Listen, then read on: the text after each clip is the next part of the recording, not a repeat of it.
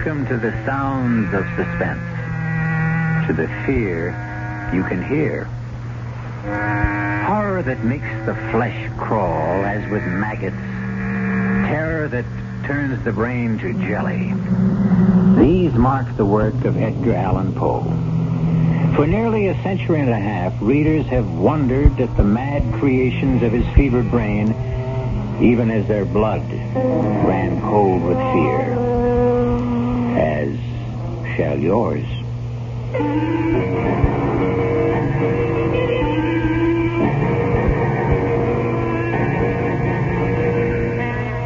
Our mystery drama, The Fall of the House of Usher, was especially adapted from the Edgar Allan Poe classic for the Mystery Theater by George Lothar and stars Kevin McCarthy. I'll be back shortly with Act One.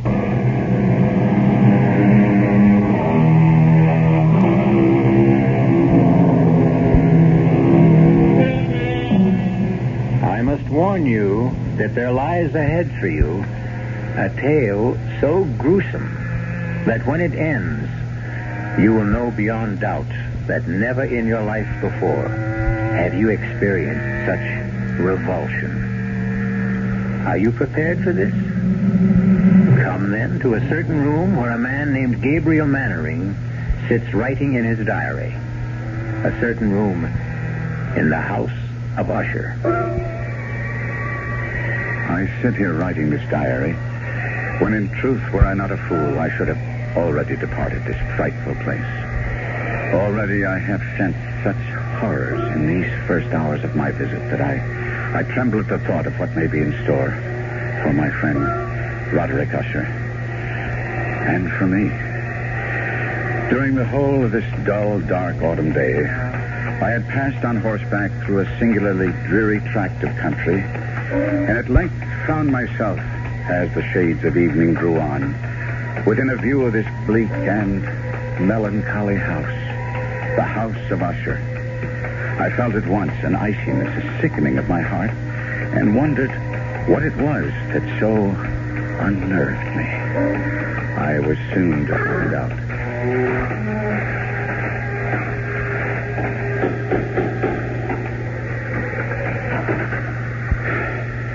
You would be Mr. Mannering, sir? Yes. My master waits you. One moment, my horse. Oh, we'll be well cared for, sir. Oh, that carriage standing there. That black carriage? Is there another visitor? Only the doctor. He is attending Miss Madeline. This way, sir. Thank you. Follow me now, sir. Oh. We turn here, the passage on our left. Now, this to the right. I had no idea the house of Usher was so vast. Oh, yes, vast. Above and below. Below? There are chambers underground, vaults, dungeons that even I have never seen, and I have lived here as servant to Mr. Usher more than 30 years.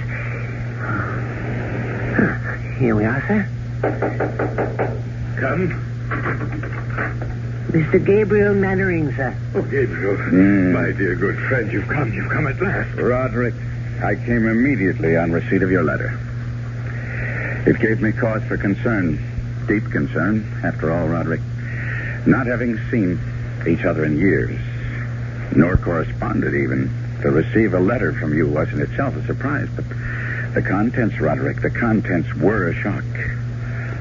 How ill are you? Ill? I'm not ill. Not ill? But in your letter... I am not ill. Oh, I may have mentioned something of the sort in my letter, but... More than mentioned, you spoke of acute bodily illness, of oppressive mental disorder, of a malady, dear friend, so strange you could not bear to face it alone. Now, that is why I'm here. That is why I came at once. The terrible agitation in your letter. Oh, mood. It was nothing but mood. Mood of the moment. Nothing more. Come now. Cato, the port. Good. Thank you. I'll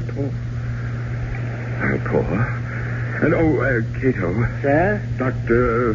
Wyndham is with my sister still. Yes, sir. I would speak with him before he takes his leave if he feels I can bear to... Sir? Nothing. Nothing. Just say I wish to see him. Yes, sir. It's a vintage Port Gabriel. You'll enjoy it. Its aroma, its fragrant bouquet will delight your nostrils. Its taste will fall sweet on your tongue. Your health, good friend. And yours, Roderick. Well, now, tell me about yourself, Gabriel. How has life gone with you all these years? Oh, as all lives go, I suppose. Has been the good, the bad, indifferent. Yes, mine has been mostly bad. I've prospered. My importing business in Baton Rouge. Ruination, that's been my lot, my fate. The fate of the House of Usher. Well, if you are financially in need... No. I speak of another kind of ruination. Decadence. I speak of the evil that molders within my body, my mind, my house. House? Oh, no house this. A tomb that houses the living dead. You are ill. Yes, I lied. I am ill with what? With what? With fear. Fear? Of what? I know not. Well, what do we all fear, each of us? What living thing has not known fear?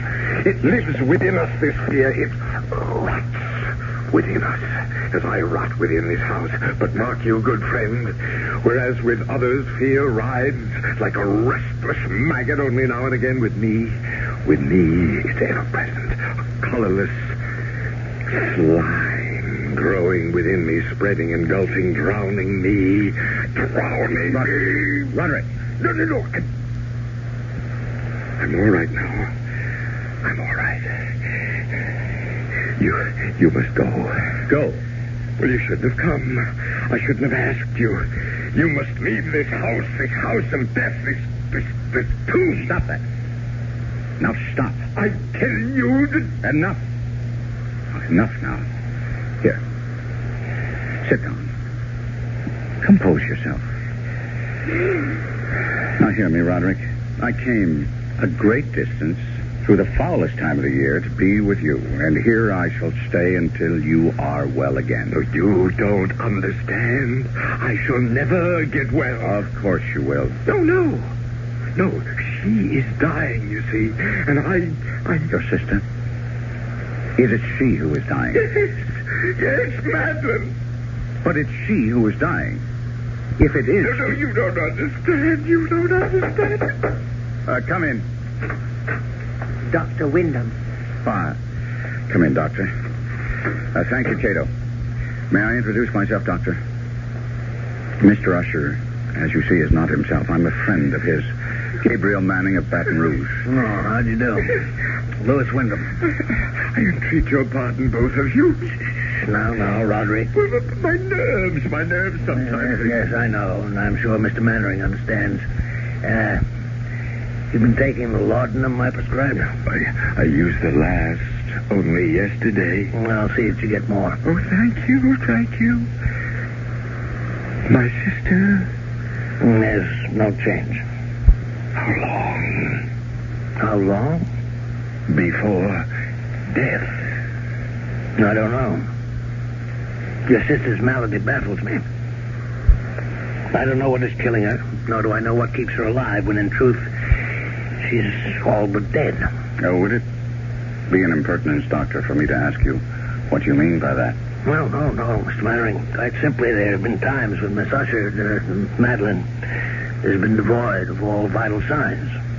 By this, I mean I've been unable at these times to detect a pulse, blood pressure, any respiration whatsoever. Mm-hmm. Yes. And yet, moments later, she's opened her eyes and returned to the world of the living. Strange. I've encountered nothing like it in years of practice. It's not too far from the truth to say that she is dead, and yet she lives on. Yes. like the house itself. Now, Roderick, you mustn't I harp tell on... you, we are like this house, my sister and I. We are this house. The house is us. The house is dead, and yet it stands. Your aberration about this house... It is no aberration. It's the truth. The house of Usher crumbles, yet it will not fall. Madeline is dead, yet she will not die. And as for me, oh, heaven, the horror that awaits me. I'll send the laudanum as soon as possible, Mr. Mannering. There's little else I can do, since I have other patients to attend. Thank heaven it's a moonlit night. I have many miles to travel. Good night. Good night. Roderick. Roderick? Yes? Roderick, I want to help you in every way I can. That's why I'm here. But now, you must do your part to help yourself. What do you mean? Well, I could be wrong, but it seems to me you let yourself go to pieces all too easily. This talk, this wild talk of your sister Madeline being dead and yet alive. Well, now, that's nonsense, you know. No. Yes, well, I'll agree with you with one thing only. In a way, you have become this damnable house. No healthy, sane man could live here for long without beginning to lose his sanity, without serious damage to his nervous system. I've never seen such gloom. Inside as well as out. This very room reeks of dejection, despondency, undusted cobweb furnishings, black drapes covering the window. Here, let me throw them back and at least get some moonlight, if not sunlight, into this place. There. That's... Roderick. What is it? There's a graveyard. I can see it in the moonlight. The family graveyard, yes. Who would be walking in it at night? What do you say? Well, where do you see that? There. Amidst the headstones. Oh. It's Madeline. What is she doing out there? Well, we'd better go and find out. Good Lord. In the doorway. What is it? Madeline! Am I that horrifying to look upon? Dear brother.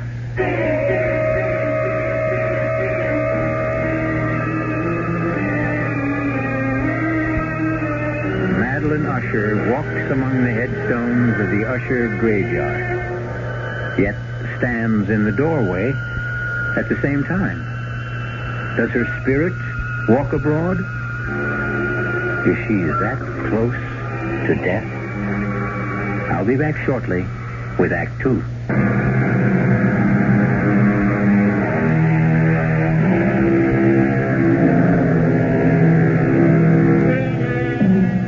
Again, I must ask if you wish to go on, and warn that if you do, you will experience a kind of horror for which I can find no words.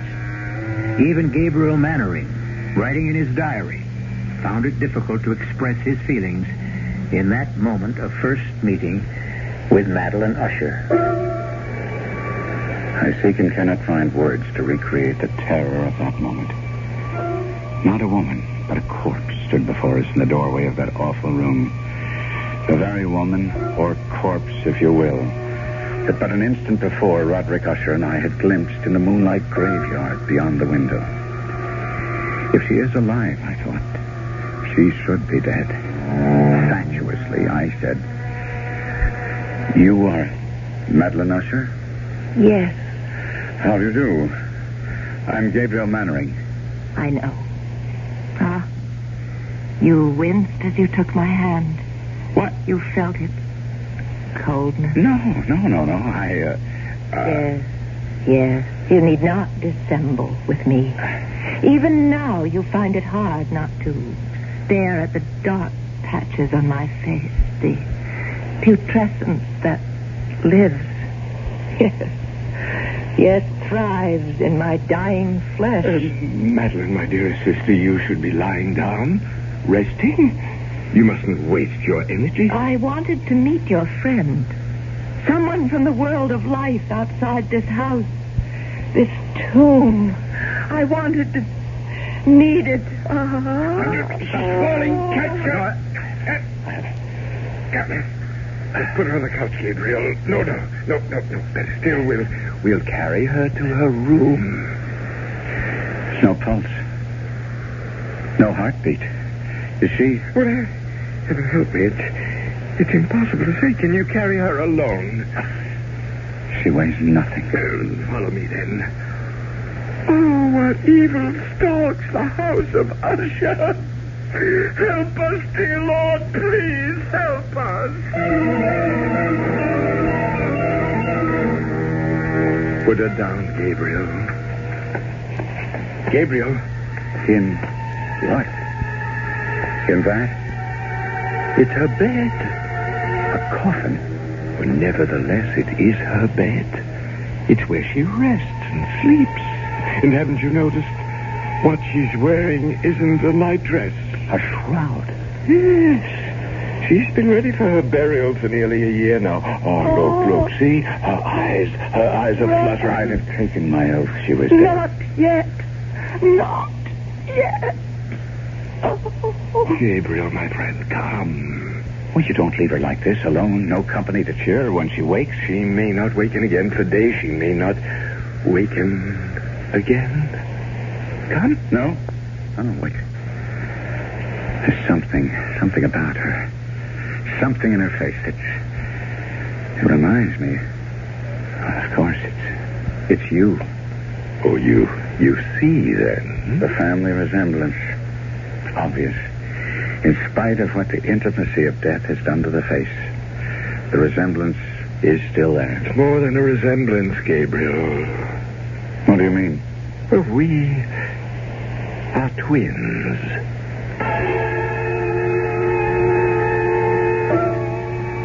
As my friend spoke those words in that chamber of death, a curious change came into his face. It floats before me even now as I write, a complexion gone so suddenly cadaverous, his eyes large, liquid, and luminous beyond comparison, thin and pallid lips gone thinner, paler. For a moment, he seemed scarce human. I had tried to calm his fevered nerves by telling him it was his sister, not he, who was dying. And he had cried out, You don't understand. You don't understand. And now, in an instant, I did understand, or at least the shadow of what he meant touched me, and I was filled with a dread, a loathing of what was to come that I cannot fully express. Had I known the full truth of what lay before us, my loathing would have increased 100-fold, and I should have fled the house of Usher then and there. Certainly, I should not have found myself at breakfast with Usher the following morning. Another helping, Mr. Mannering? No more, Cato. Then I can give you the message. A message from whom? Miss Madeline. She wishes to see you at your convenience. Well, then I'll go to her, of course. Now, why do you look at me like that? And now why do you turn away? Cato, face me. Look at me. What is it? Cato, is it the odor? Yes, sir. You'd best not go, Gabriel, or if you do, another time. I don't understand. The odor, the stench of putrefaction. It's stronger at times than at others. And you mean that she... Take me to Miss Madeline at once, Cato. No. It will sicken you, nauseate you, even infect. Well, it can kill me and be damned to it, but I'll not disregard a last wish of a dying woman. Unlike you, Roderick, I do not fear death.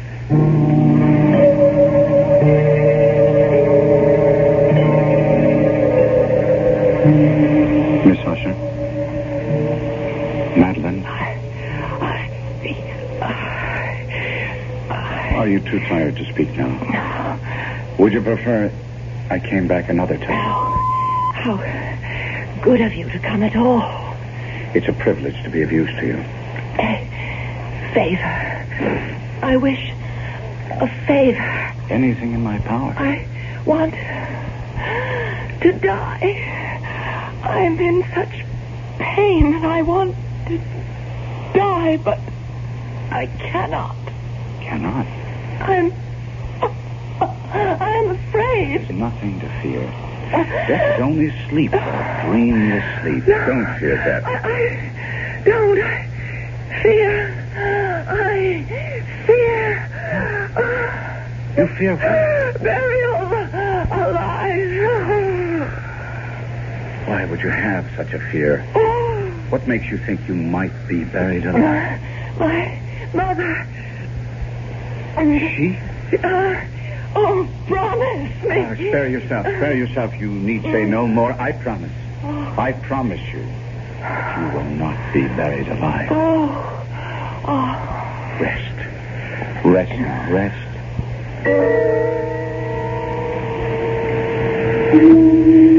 That is what you meant, Roderick, is it not? Like her, like your twin, you don't fear death so much as you fear being buried alive. Right, part of it. Yeah. Yes. Only part? Well, I fear... Oh, God, more than I can tell you. I fear what happens in death. Another aberration. As with the house, so with this. You are a man given to aberration. And what of that? You make as little sense as Wyndham. You think because you call a thing an aberration, it'll go away, that it will cure itself if you but name it. Reason. Common sense. Reason, common sense. Well, you speak to me and Usher of reason and common sense, Do you not know of the madness that has tainted this family through its history? From the beginnings of the house of Usher, this house, this family, until now, until Madeline and me, the last of the Ushers, from beginning to end, from rise to fall. Roderick. Rise to fall. Roderick. From rise to fall. I had not thought on it before, but that is what it will be when she and I are dead. It will be the fall of the house of Usher. Yes, Cato. The laudanum, sir, from Dr. Wyndham. Oh, thank heaven. It has come none too soon.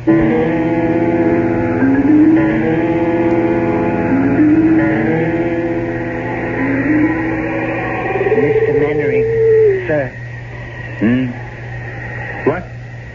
Oh, yes, Cato. You've been sitting here in the graveyard for nearly 2 hours. That long? Yes, sir. Tell me, Cato, how long have you been servant to Mr. Usher? More than 30 years, sir. But I thought I'd told you that the night you arrived just a week ago. Did you? Now, then I forgot. Were you here when the mother died? The mother of Mr. Roderick and Miss Madeline? Why do you ask such a question, Mr. Mannering? I don't know, really, except I've been dwelling on what Miss Madeline told me about her mother. Buried alive. Was she indeed? Sir, don't ask such questions. Don't dwell on such thoughts. Why not? It was discovered the mother had been buried alive. Yes. Tell me about it. Sir, I entreat you. Understand. You cannot stay in the house of Usher. No one can without something. I know not what, but something evil taking possession of his mind, his spirit, his very soul.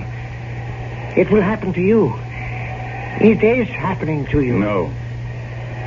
You've been drawn here to this spot. You've been sitting here in the damp and chill for hours because you, too, have taken the first step toward madness. How did they discover she'd been buried alive? Sir, I beg you, turn your thoughts away from... How? If you must hear it. A few weeks after she had been buried, the coffin placed in that vault you see under the trees, it was discovered that she had been buried wearing a valuable ring. A ring? It contained a stone worth a fortune. It had been... Tell me about it. She had always worn it, and when the undertaker encoffined her, he neglected to remove it. He had no idea of its worth, or surely he'd have inquired whether the family wished her to wear it to the grave. And as you will understand, such was Miss Madeline's and Mr. Roderick's grief. They didn't think of the ring until weeks later. And decided to retrieve it. Yes. We went to the vault, the three of us, slid back the slab that covers it, and... sir, let us go in. Finish what you're telling me. There lay the coffin. The lid was in two parts. A lower part that covered her body from the waist down, an upper part from the waist up. This I pried up, and there... Go on. She lay face down. Her hands had torn chunks of hair out by the roots. Such was the agony of terror. Hands, do I say? Claws. They had become rigid in the death throes. Yes? We turned her over. Her face, oh, my God, be with us. Her face, I cannot describe. I cannot. Enough, honey. Oh, chill is getting to me. No! Henry! Quickly, come. Herman, help us. What is that? They're coming toward us from the house. Roderick! Help me! What? Help me! What is it, man? A corpse! What? Madeline, dead. She's dead at last. Dead, but... What? What is it? She tried to take me to the grave with her. She tried to drag me into her coffin. Oh, no. Roderick, pull yourself together and tell us. I went to her chamber to see how she was. I called her name again and again and again, and no answer. I felt for a pulse, none. I lay my head against her breast, no heartbeat, and then... Oh, God! Her arms were entwined around my neck, her cold arms around my neck, and I tried to break free, but I couldn't. I grabbed her wrists and I tore her arms from her neck. Sir? I've got him. Help me carry him inside.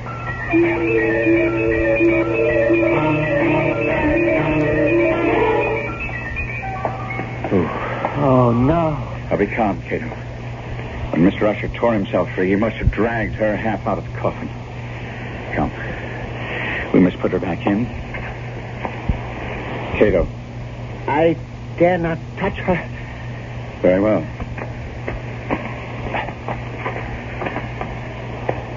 There.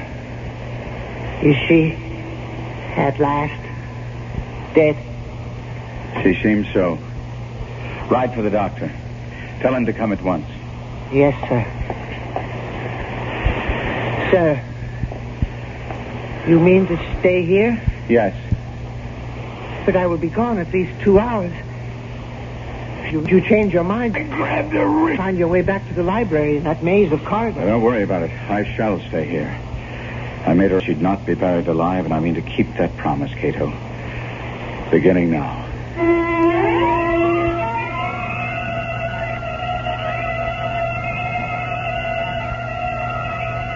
Alone in that chamber of death, within the house of Usher, Gabriel Mannering seats himself beside the coffin of Madeline Usher to keep his vigil and his promise, and wonders if he himself may not be going mad. I'll be back shortly with Act 3.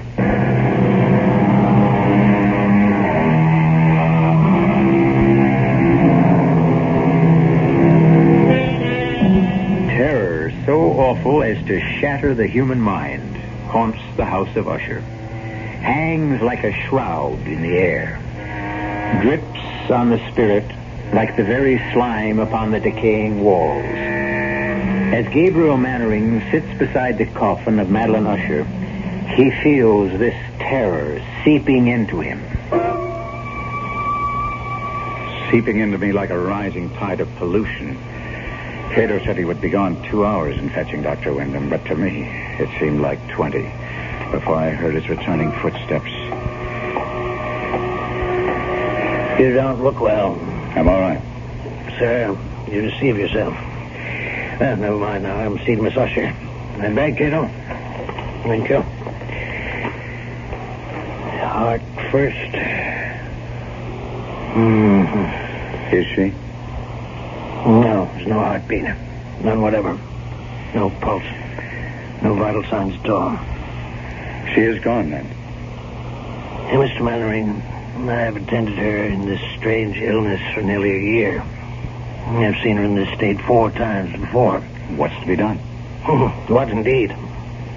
Well, I would wait a few days at least, and then I should bury her. No. No? She fears to be buried alive. Yes, I know. Her mother. You attended her? No, another man. From what I've been able to learn, I judge her illness was similar, just as unaccountable as baffling. Well, Mr. Mannering, she did indeed fear the same fate her mother suffered, but I think that after, say, 3 or 4 days... I say no. At least a week. No, 2. Even 3. You don't know what you're saying. You can't keep a body for 2 or 3 weeks. Especially hers. Why especially hers? Well, look at her, man. Here. See? Under the skin of the cheeks. Those gray patches. She's partially decomposed already. I gave her my word, Doctor. I said we would make sure. There is an evil in this house. A sinister, malevolent thing that fastened itself on the Ushers years ago. And is beginning to fasten itself on you. Now, Doctor. Now, hear me out. I have not seen you in some days.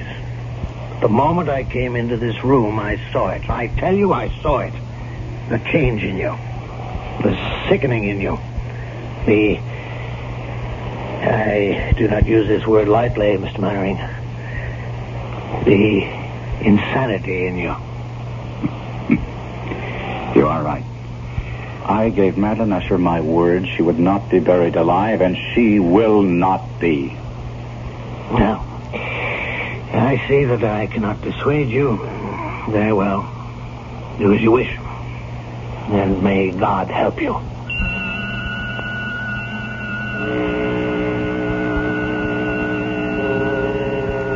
I stayed by her coffin for yet another hour or so, making sure there were no signs of life. Then I returned to the library, led there, of course, by Cato, for I could never have found my own way through that maze of corridors and passages. I found Roderick Usher seated bolt upright in a wing chair, staring at I know not what. Roderick, I must talk to you. Do you hear me? Yes. Now, Roderick, as I told you, I promised your sister to take every precaution against her being buried alive. She is dead. I know it in my heart, my soul. I know it. I believe so, too. But we must be certain. Now, that presents a problem. Roderick, are you listening? Problem? Yes. Decomposition. If she is dead, she will decompose. And after a period of days, well, if you can imagine... Days? Days of what? Of visiting her coffin, at least every 12 hours, say, to make sure she's dead. Are you mad? We must keep her body. 1 week, 2. And the question is, where? Where? We'll have to leave the coffin open, in case she should regain her senses. On the other hand, if she is indeed dead... Well, there are vaults deep down beneath the house. We could put the coffin in one of those. Good. We'll do that, then. Yes. We'll do just that.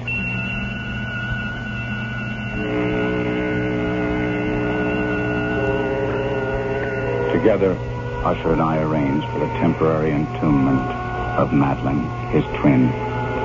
The vault so long unopened that our torches were half smothered in its oppressive atmosphere, was small, damp, and entirely without means of admission of light, lying at great depth beneath the house.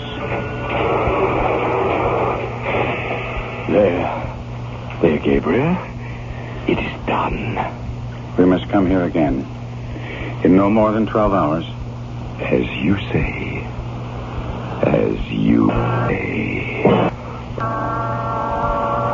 Before he wished only to bury Madeline, or he'd become so compliant, agreed so readily with what I said. Only I'd asked myself that question. But I did not, and in consequence faced an unexpected problem. Why do you not believe me? It isn't I don't believe you, Roderick. I wish to see for myself. There is no need for you to do it. I have done it. You have? I have visited the coffin at least once every 12 hours, sometimes twice. She does not live. Take my word for it. It is my word concerns me. I gave my word to her, not yours. She is dead. I assure you. She's dead. It was about that time the sounds began. Strange knockings, creaking. Perhaps it had begun before, but I had not at first. I would hear some curious sound from below and say to Roderick, "What was that?" What was what? Listen. What is that? Rats, perhaps? Rats? Well, the house is infested with them. I've never heard rats make sound like that. I answered. Time went on. And it seemed to me the sounds grew louder, and I would say to Roderick, "Listen." And he would answer.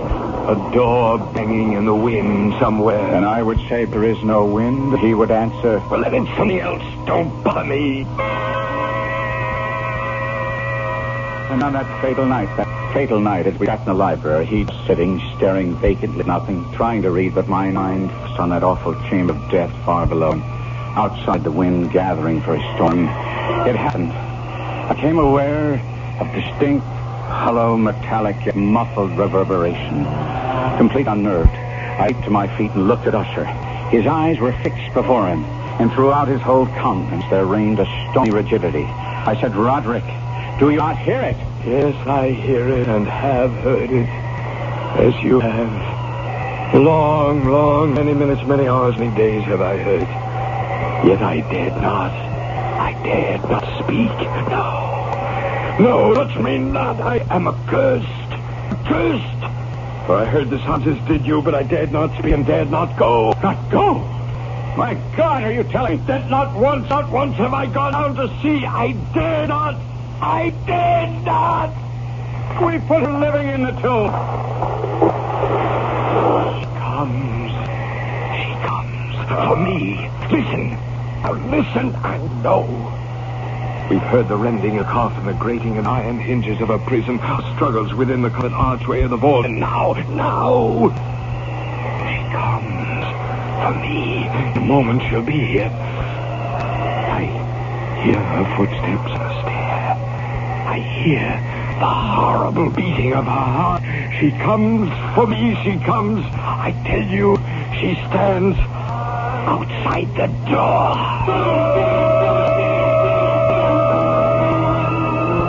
And as if in the superhuman energy of his utterance there had been found the potency of spell, the huge antique panels to which he pointed drew slowly back. And outside those doors did stand the towering and enshrouded figure of Madeline. There was blood on her white robe, evidence of some bitter struggle on every portion of her putrefied frame. For an instant she remained trembling and reeling to and fro upon the threshold. And then with a moaning cry, fell heavily inward on her brother. And in her violent, now final death agony, bore him to the floor. A corpse. A victim to the terrors of all he had anticipated.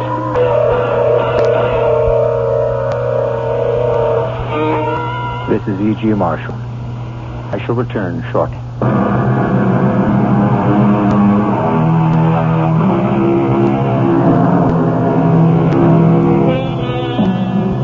The manuscript of The Fall of House of Usher ends thus. I fled from the house, leaving all behind me.